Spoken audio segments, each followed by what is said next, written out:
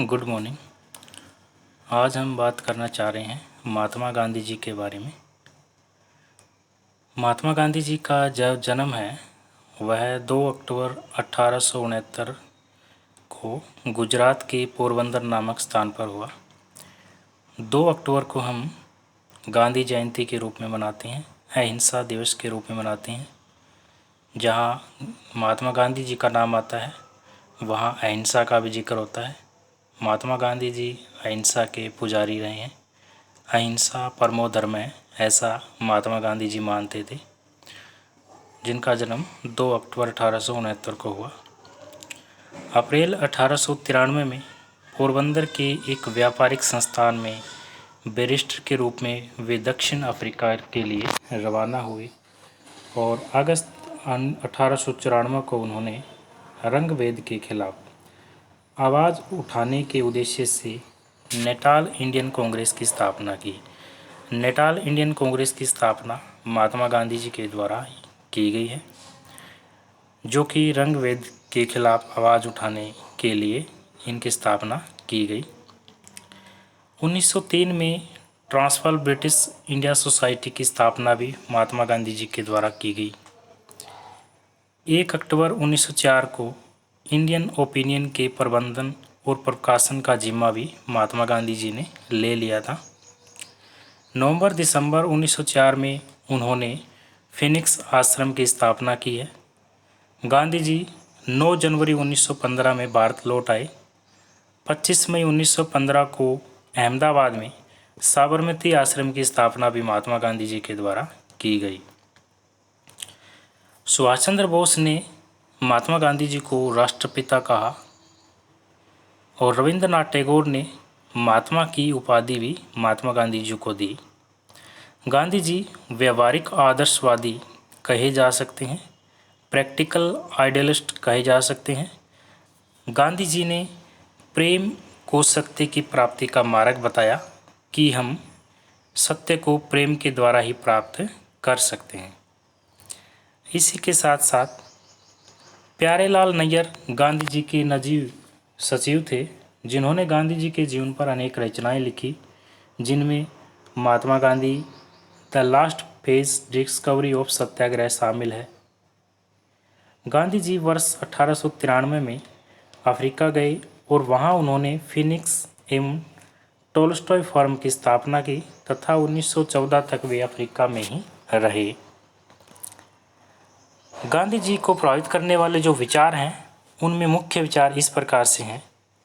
गांधी जी जिन विचारधाराओं और व्यक्तियों से प्रभावित थे उनमें मुख्य रूप से गीता व रामायण का नाम उल्लेखनीय रूप से लिया जाता है। गांधी जी बौद्ध धर्म के शांति एवं अहिंसा के विचार से बहुत ही ज़्यादा प्रभावित थे। इस्लाम धर्म की बंधुता की संकल्पना से गांधी जी प्रभावित रहे। गांधी जी लियो टोल्स्टॉय के the kingdom of God is with in you कथन से भी बहुत ज़्यादा प्रभावित थे।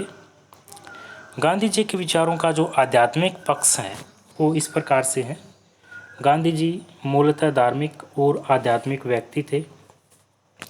गांधी जी के राजनीतिक जो गुरु हैं उनमें गोपाल कृष्ण गोखले का नाम आता है, जिन्होंने राजनीति को नैतिकता एवं सेवा का क्षेत्र बताया। गांधी जी के विचारों का मूल केंद्र सत्य एवं अहिंसा है। गांधी जी ने सत्य एवं अहिंसा के नियमों को सार्वजनिक एवं राजनीतिक जीवन में प्रयुक्त किया। इसी के अलावा गांधी जी पूर्ण रूप में नैतिकतावादी भी थे। उनके अनुसार अपवित्र साधन के द्वारा पवित्र साध्य की प्राप्ति नहीं हो सकती। गांधी जी ने साध्य और साधन से संबंधित थ्योरी दी है और उनका मानना है कि जब तक हमारा जो साधन है पवित्र नहीं होगा, हमारा लक्ष्य कभी भी पवित्र नहीं हो सकता। वे मूलतः एक आदर्शवादी व्यक्ति थे, लेकिन उनका आदर्शवाद व्यवहारिक था, प्रैक्टिकल था। गांधी जी ने सार्वजनिक जीवन में सत्य और अहिंसा का प्रयोग किया। गांधी जी के अनुसार धर्म और राजनीति जो है वो इस प्रकार से थी। गांधी जी के लिए धर्म का जो अभिप्राय है वो अत्यधिक विस्तृत रूप में था। धर्म का जो मीनिंग है वो अत्यधिक विस्तृत था महात्मा गांधी जी के अनुसार। धर्म का उनका आशय था कि जो धारण करने योग्य है वही धर्म है। गांधी जी के अनुसार जो धारण करने योग्य है वही धर्म है।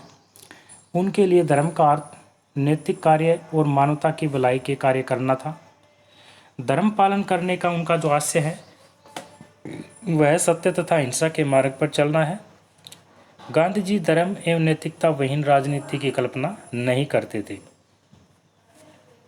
उन्होंने पंथ निरपेक्षता के बजाय सर्वधर्म समभाव पर बल दिया। गांधी जी के अनुसार सत्य और अहिंसा के जो विचार हैं वो उनमें मुख्यतः गांधी जी की जो आत्मकथा है वह शामिल है। गांधी जी की जो आत्मकथा है सत्य के प्रयोग, the story of my experiment with truth में लिखा कि सत्य के लिए कोई अलग से ईश्वर नहीं होता है। अहिंसा की साधना से सत्य को प्राप्त किया जा सकता है और सत्य की ओर ले जाने वाला मार्ग अहिंसा ही है। तो इस प्रकार से सत्य पर सबसे ज़्यादा बल दिया है महात्मा गांधी जी ने। इसके साथ साथ गांधी जी के अनुसार अहिंसा के दो अभिप्राय हैं जिनमें नकारात्मक और सकारात्मक शामिल है। नकारात्मक जो अहिंसा है उसमें किसी की हत्या न करना और सकारात्मक हिंसा में प्राणी मात्र के प्रति प्रेम शामिल है। तो इस प्रकार से अहिंसा को दो रूप में उन्होंने परिभाषित किया है, नकारात्मक और सकारात्मक। इसके साथ साथ गांधी जी के अनुसार अहिंसा वह सिद्धांत है जिसमें अपने विरोधियों को प्रेम से जीता जाता है, न कि घृणा और संघर्ष से। गांधी जी बाइबल के इस कथन से बहुत ही ज़्यादा सहमत है कि पाप से घृणा करो, पापी से नहीं। गांधी जी का मानना है कि हमें पाप से घृणा करनी चाहिए, पापी से घृणा कभी नहीं करनी चाहिए। गांधी जी अहिंसा को वीरों का गुण मानते थे, न कि कायरों का गुण मानते थे। गांधी जी का कहना था कि यदि हिंसा और कायरता में से किसी एक को चुनना हो तो मैं हिंसा को चुनना पसंद करूँगा, न कि कायरता को। तो इस प्रकार से गांधी जी सत्य और अहिंसा संबंधी विचार भी देते हैं। इसके साथ साथ गांधी जी का जो सत्याग्रह है उसमें सत्याग्रह का मुख्य अर्थ है सत्य का आग्रह करना।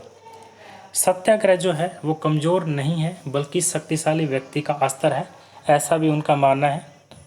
आत्मा को शक्तिशाली बनाने के लिए व्यक्ति को अहिंसा, अस्तेय, अपरिग्रह एवं ब्रह्मचर्य का पालन करना चाहिए। महात्मा गांधी जी के अनुसार शक्तिशाली का आशय आत्मिक रूप से शक्तिशाली होना है, भौतिक रूप से शक्तिशाली नहीं होना है।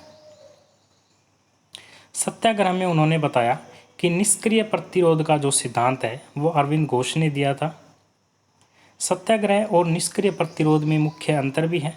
सत्याग्रही व्यक्ति विरोधी के नुकसान का प्रयास नहीं करता बल्कि वह विरोधी के हृदय परिवर्तन का प्रयास करता है और वह हिंसा का प्रयोग कभी नहीं करता।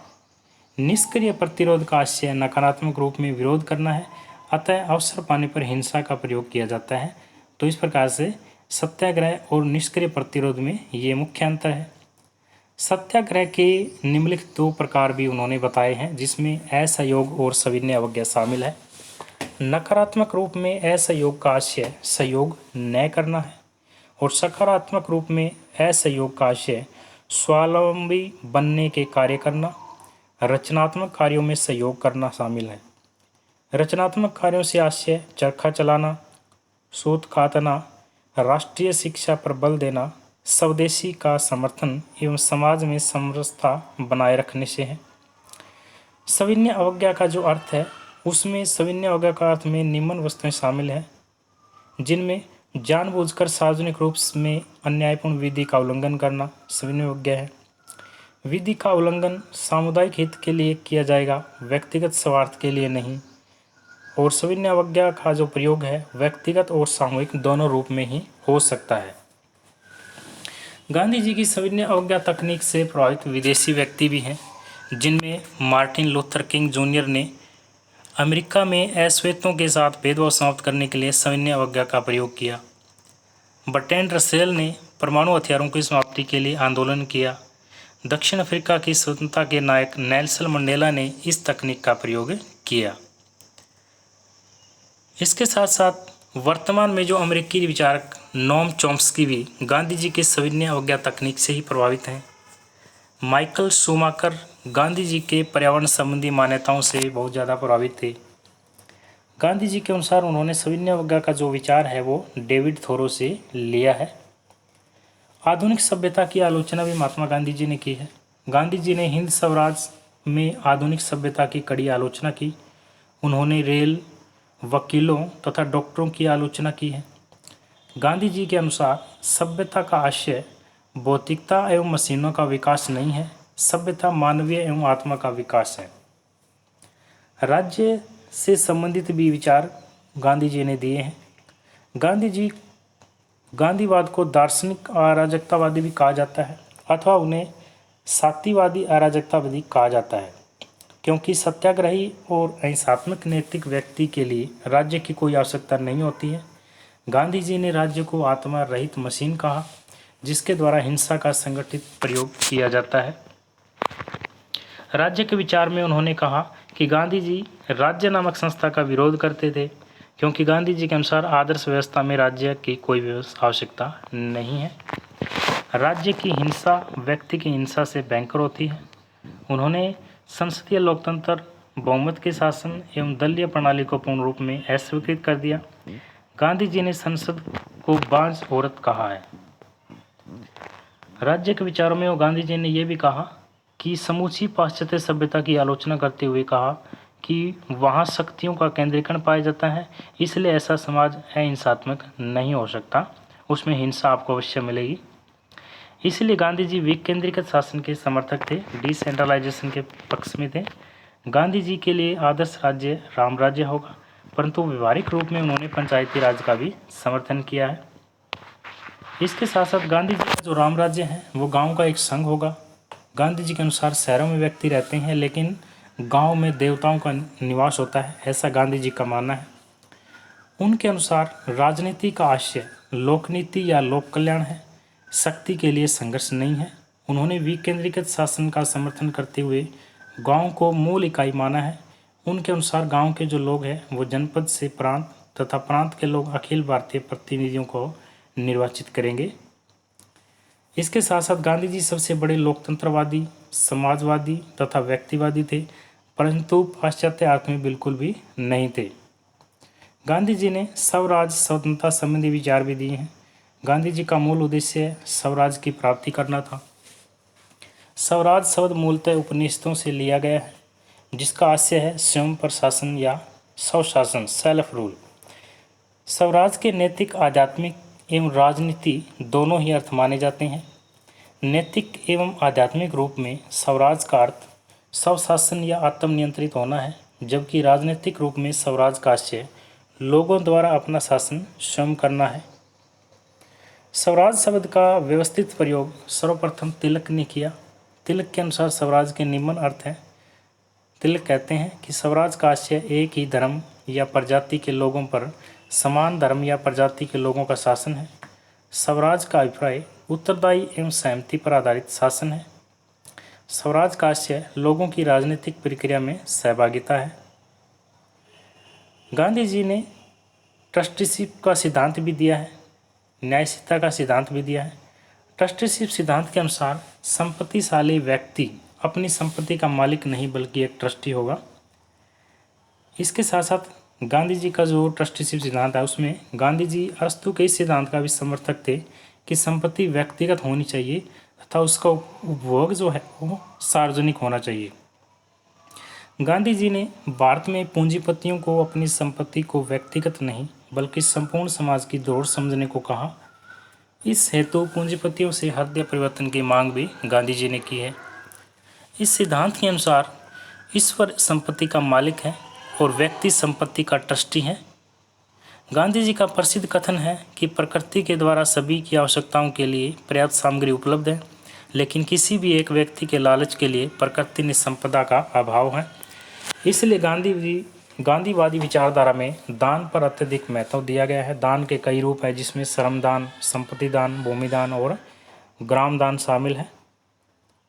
गांधी जी का जो ट्रस्टीशिप का सिद्धांत है उसमें गांधी जी ने कुटीर उद्योगों एवं लघु उद्योगों का भी समर्थन किया, क्योंकि इससे संपत्ति का विकेंद्रीकरण, जो केंद्रीकरण है वो नहीं होगा। गांधीवादी विचारधारा भारत जैसे श्रम प्रधान, कृषि प्रधान देश के लिए अत्यधिक व्यवहारिक है, इसलिए वे भारी मशीनों के विरोधी थे। लेकिन मात्र के विरोधी नहीं थे, क्योंकि चरखा भी एक मशीन है। गांधी जी के अनुसार प्रत्येक व्यक्ति को श्रम करना चाहिए, मेहनत करनी चाहिए। इसी के साथ साथ गांधी जी ने सर्वोदय संबंधी विचार भी दिए हैं। गांधी जी का जो सर्वोदय है उसका अर्थ है सबका उत्थान, सबका कल्याण। गांधी जी के अनुसार सर्वोदय उस विचारधारा की ओर संकेत करता है जो सत्य और अहिंसा पर आधारित हो, समाज में किसी का किसी के प्रति बैर ना हो, यह वर्ग सहयोग पर आधारित है। गांधी जी का सर्वोदय का विचार समाजवाद का विकल्प माना जा सकता है। सर्वोदय जो है वो जॉन रस्किन की पुस्तक अनटू दिस लास्ट का गुजराती अनुवाद है। जॉन रस्किन के विचारों से उन्होंने निम्नलिखित विचार लिए कि व्यक्ति की भलाई समाज की भलाई में ही शामिल है। वकील एवं नाई के जो श्रम का मूल्य एक समान है। मजदूर एवं कारीगर का जीवन ही वास्तविक जीवन है। गांधी जी का आदर्श समाज सर्वोदय समाज था, जिसे उन्होंने सामुद्रिक वृत्त ओशियन सर्कल की संज्ञा भी दी है। गांधी जी के सर्वोदय में व्यक्ति परिवार की भलाई के लिए कार्य करेगा और परिवार गांव की भलाई करेगा तथा गांव वासियों के द्वारा तालुका की भलाई की जाएगी। इसलिए प्रत्येक छोटी इकाई अपनी बड़ी इकाई के भलाई का कार्य करेगी। उनके अनुसार सभी व्यक्तियों का उत्थान आवश्यक है। धनी व्यक्तियों का नैतिक उत्थान एवं गरीब व्यक्तियों का भौतिक उत्थान होना चाहिए, ये उनका सर्वोदय का लक्ष्य है। गांधी जी ने व्यवहारिक रूप में हरिजन सेवक संघ की गांधी जी ने वर्ण आश्रम व्यवस्था को स्वीकार किया, यद्यपि उन्होंने इसे जन्म से नहीं बल्कि कर्म के आधार पर माना है। शिक्षा में चरित्र विकास व सादगी तथा शारीरिक शिक्षा की स्थापना की। गांधी जी से संबंधित कुछ अन्य तथ्य भी हैं जिनमें गांधी जी के राजनीतिक विचार हिंद स्वराज में पाए जाते हैं। हिंद स्वराज का जो प्रकाशन है वो 1938 में हुआ। गांधी जी की आत्मकथा the story of my experiment with truth है, जो कि गुजराती भाषा में लिखी गई है, जिसका अंग्रेजी अनुवाद महादेव देसाई ने किया। गांधी जी ने भारत में हरिजन तथा यंग इंडिया पत्रिका का भी संपादन किया है। गांधी जी के ऊपर लुईस फिशर ने प्रसिद्ध रचना the life of Mahatma Gandhi लिखी है। दिनकर जोशी ने महात्मा वर्सेस गांधी 2007 में लिखी। रामचंद्र गुहा ने India after Gandhi the history of the world's largest democracy दिसंबर 1901 को गांधी जी कोलकाता कांग्रेस अधिवेशन में शामिल हुए थे। जी.एस. धवन ने political philosophy of Mahatma Gandhi लिखी। जे.बी. कृपलानी ने द गांधीयन वे और इसके साथ साथ आई फॉलो महात्मा गांधी भी लिखी। गांधी जी ने अपने जीवन काल में केवल एक बार वर्ष 1923 के बेलगाम अधिवेशन में कांग्रेस की अध्यक्षता की है। तो इस प्रकार से यह महात्मा गांधी जी के बारे में मुख्य जानकारी थी।